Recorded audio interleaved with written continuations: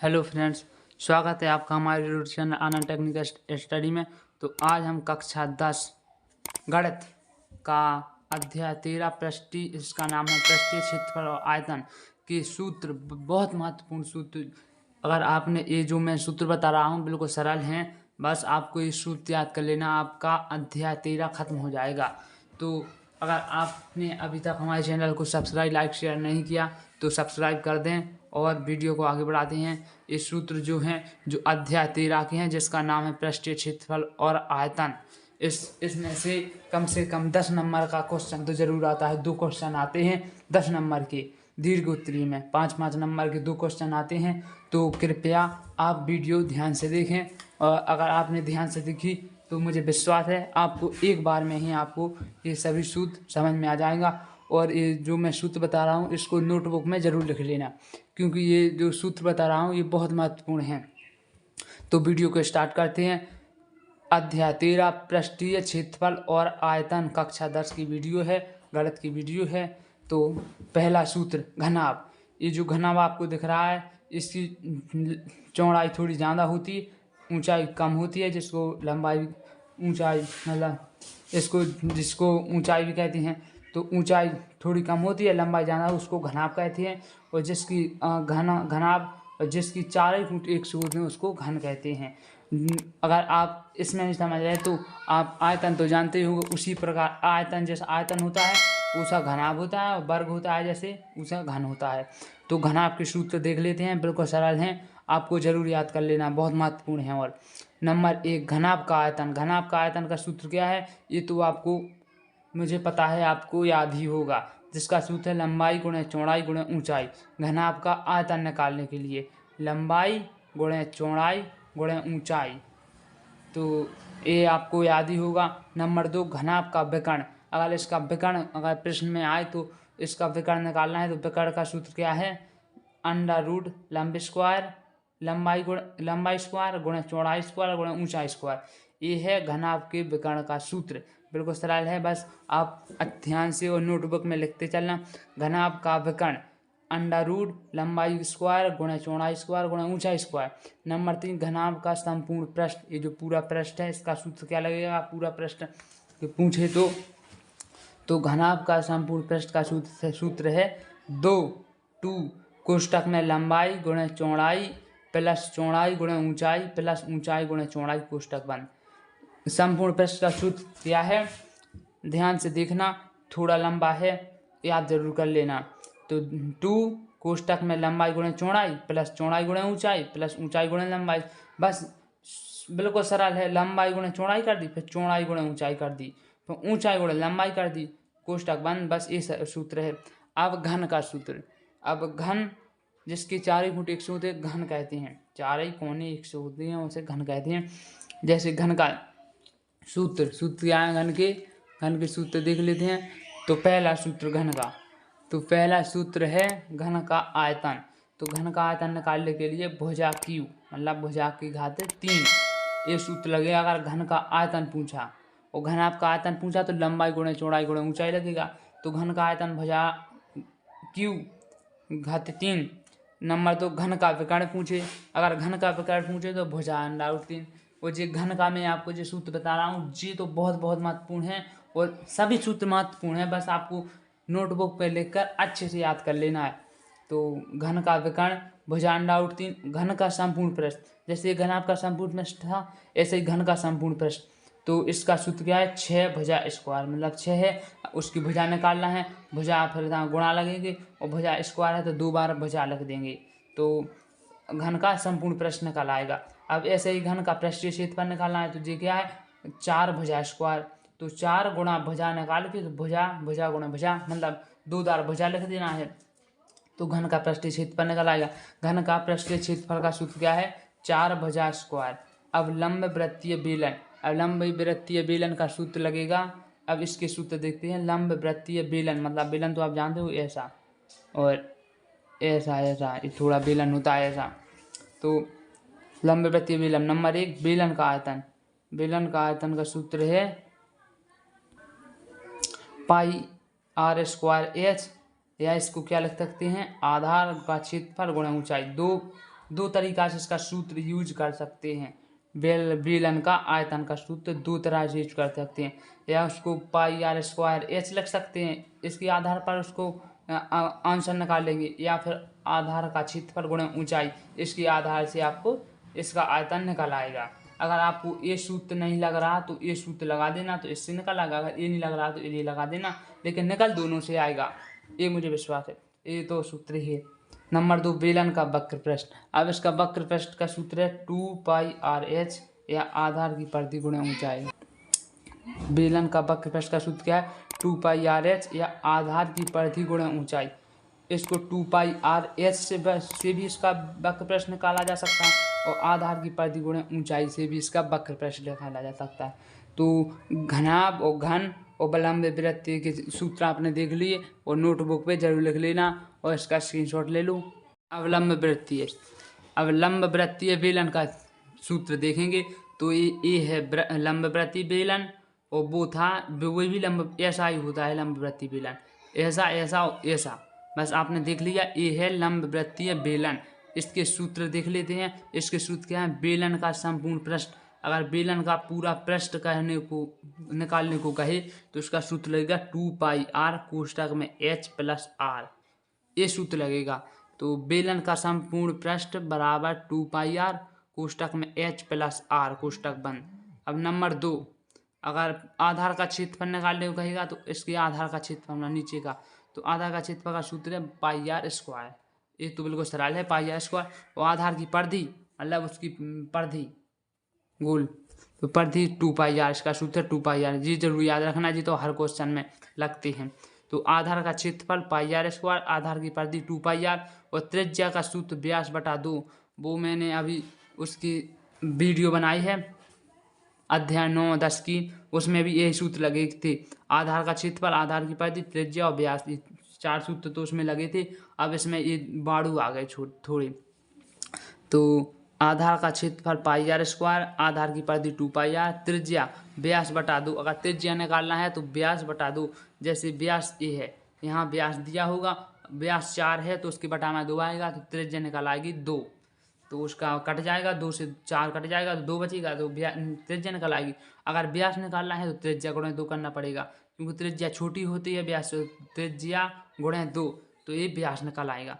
अब क्या निकालना है? खोखले बेलन जो अंदर है, एक जो बड़ा वाला बेलन है, इसके अंदर जो बेलन है, इसका क्षेत्रफल क्षेत्रफल सब देखते हैं अब हाल।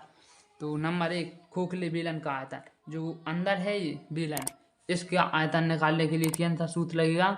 पाई कोष्ठक में बड़ा r² माइनस छोटा r² कोष्ठक बंद h। एक बार और, खोखले बेलन का आयतन बराबर पाई कोष्ठक में बड़ा r² माइनस छोटा r² कोष्ठक बंद h। ये है खोखले बेलन का आयतन। और अब नंबर 2, खोखले बेलन का संपूर्ण पृष्ठीय क्षेत्रफल। खोखले बेलन का संपूर्ण पृष्ठीय क्षेत्रफल का सूत्र है बराबर, ये बड़ा है, ध्यान में रखना और नोटबुक में लिखते चलना। मैं इसलिए आराम से बता रहा हूँ क्योंकि आप नोटबुक में लिखते चलो, बहुत महत्वपूर्ण है सूत्र। बराबर 2π कोष्ठक में बड़ा r प्लस छोटा r कोष्ठक बंद, फिर कोष्ठक चालू, h + r बड़ा R माइनस छोटा r। ये है खोखले बेलन का संपूर्ण पृष्ठीय क्षेत्रफल। मैंने अभी संपूर्ण पृष्ठ क्षेत्रफल बताया है, उसी प्रकार ये भी खोखले बेलन का संपूर्ण पृष्ठीय क्षेत्रफल बराबर 2π कोष्ठक में बड़ा R प्लस छोटा r, फिर कोष्ठक में h + r माइनस छोटा r। तो ये है खोखले बेलन का संपूर्ण पृष्ठ का क्षेत्रफल। अब खोखले बेलन का वक्र पृष्ठीय क्षेत्रफल, अब इसका सूत्र लगेगा 2π कोष्ठक में बड़ा R प्लस छोटा r कोष्ठक बंद h। तो ये है खोखले बेलन का वक्र पृष्ठीय क्षेत्रफल। तो खोखले बेलन का वक्र पृष्ठीय क्षेत्रफल का सूत्र क्या है? 2π बड़ा कोष्ठक में बड़ा R प्लस छोटा r कोष्ठक बंद फिर h। ये है खोखले बेलन का वक्र पृष्ठीय क्षेत्रफल। अब गोल तो आप जानते हो कि जैसे घड़ी होती है, तो गोला का सूत्र देखेंगे। गोल का, तो गोला का सूत्र क्या है? ये आपको दिख रहा है, ये है गोला, तो ये है गोला। अब इसका सूत्र, गोले का आयतन निकालने के लिए क्या करना पड़ेगा? 4/3 πr³ इसका आयतन निकालना है। अगर इस गोले का, तो उसमें क्या करना पड़ेगा? 4/3 πr³। तो ये निकाल आएगा गोले का आयतन। अगर गोले का वक्र प्रश्न निकालना है तो इसका सूत्र लगेगा 4πr²। खोखले गोले का वक्र प्रश्न निकालने के लिए 4πr² ये सूत्र लगेगा। तो गोले का वक्र प्रश्न निकालने के लिए 4πr² का सूत्र लगेगा। खोखले गोले का आयतन निकालने के लिए, अगर देखो एक गोला ये है, इसके अंदर एक गोला होगा तो उसका आयतन निकालने के लिए क्या करना पड़ेगा, 4/3 पाई बड़ा कोष्टक चालू बड़ा आर क्यू माइनस छोटा आर क्यू कोष्टक बंद। बस ये सूत्र लगेगा। खोखले गोले का आयतन मतलब ये बड़ा वाला है, इसके अंदर एक छोटा वाला, उसका आयतन निकालने के लिए 4/3 पाई कोष्टक बड़ा आर क्यू माइनस छोटा आर क्यू कोष्टक बंद, ये सूत्र लगेगा। अब गोलीय कोश की त्रिज्या निकालने के लिए कौन सा सूत्र लगेगा, जैसे ए है, अगर इसकी ये त्रिज्या निकालनी है यहाँ से यहाँ तक तो इसके सूत्र लगेगा अंडा रूट कोष्टक में गोले की त्रिज्या स्क्वायर माइनस गोले के केंद्र से दूरी स्क्वायर, जो यहाँ से यहाँ तक दूरी है उसकी और गोले की त्रिज्या स्क्वायर। तो गोलीय कोश की त्रिज्या निकालने के कौन सा सूत्र लगेगा, गोले की त्रिज्या स्क्वायर अंडा रूट में माइनस गोले के केंद्र की दूरी स्क्वायर।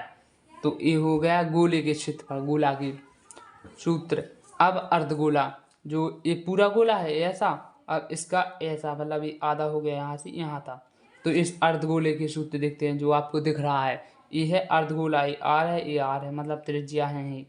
तो ये अर्धगोला है, ये है अर्धगोला के सूत्र। अब अर्धगोला के सूत्र के अर्धगोले का आयतन, अगर अर्धगोले का आयतन निकालना है, और ये बहुत महत्वपूर्ण है और इस शंकु का बहुत महत्वपूर्ण है, ये दोनों बहुत बहुत बहुत महत्वपूर्ण है, क्योंकि इससे कई क्वेश्चन आते हैं इसके जरिए। तो अर्धगोले का आयतन बराबर 2/3 पाई आर क्यू, एक इसका सूत्र है। अर्धगोले का आयतन निकालने के लिए क्या करना पड़ेगा, तो 2/3 पाई आर क्यू ये सूत्र लगेगा। अब अर्धगोले का वक्र प्रश्न निकालने के लिए, वक्र प्रश्न निकालना है तो कौन सा सूत्र लगेगा, 2πr²।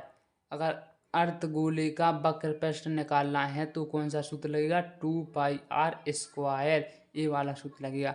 अगर अर्धगोले का पूरा प्रश्न निकालना है, वक्र प्रश्न संपूर्ण, तो इसका क्या सूत्र लगेगा, 3πr²।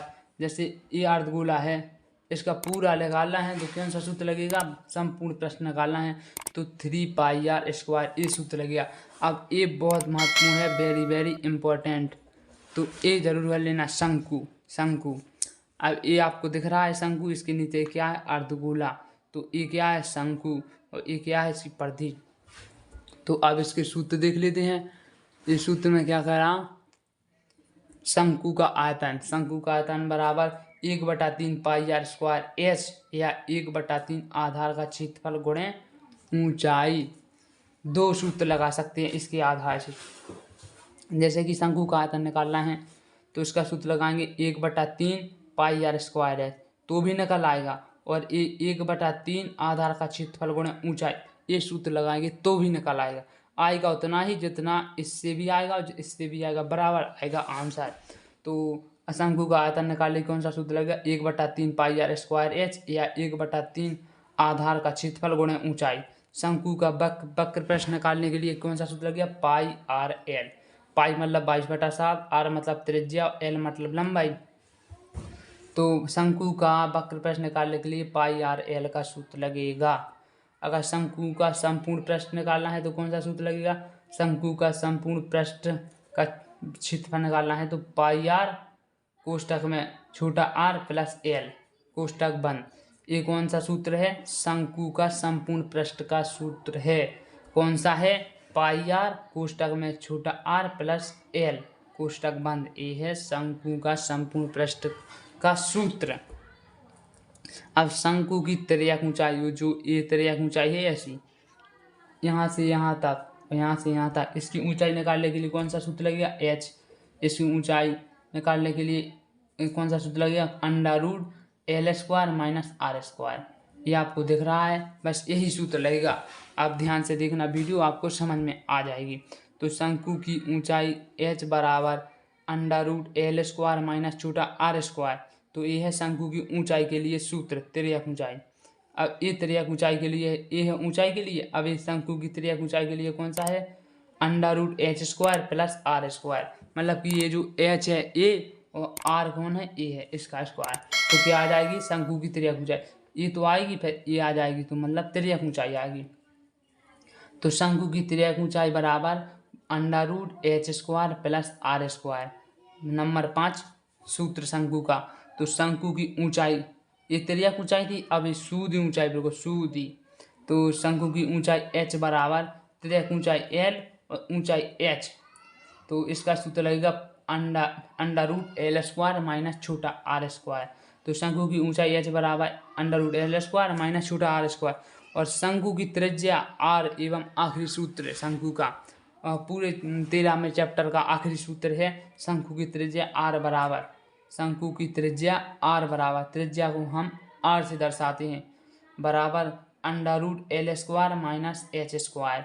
तो ये जो मैंने सूत्र बताए हैं ये सब नोट कर लेना और नोटबुक में ज़रूर लिख लेना, और 1 बार 2 बार 3 बार पढ़ना, और 1 बार 2 बार वीडियो देख, वैसे तो 2 बार वीडियो देख लेना तो भी आपको आधे तो समझ में आ ही जाएंगे, याद हो जाएंगे। तो शंकु की त्रिज्या ऊंचाई r बराबर √L² माइनस h², ये है शंकु की त्रिज्या ऊंचाई। तो सभी सूत्र देख लिए आपने। आई होप आपको सभी सूत्र एवं वीडियो अच्छी लगी होगी। अगर वीडियो अच्छी लगी हो तो चैनल को सब्सक्राइब, लाइक, शेयर, दोस्तों को शेयर ज़रूर करें, और हमारे चैनल पर ऐसे ही जुड़े रहें। तो मिलते हैं अगली वीडियो की तरफ। तो तब तक के लिए जय हिंद जय भारत, और इसकी प्रश्नावली ए जल्द ही आएगी। Thank you.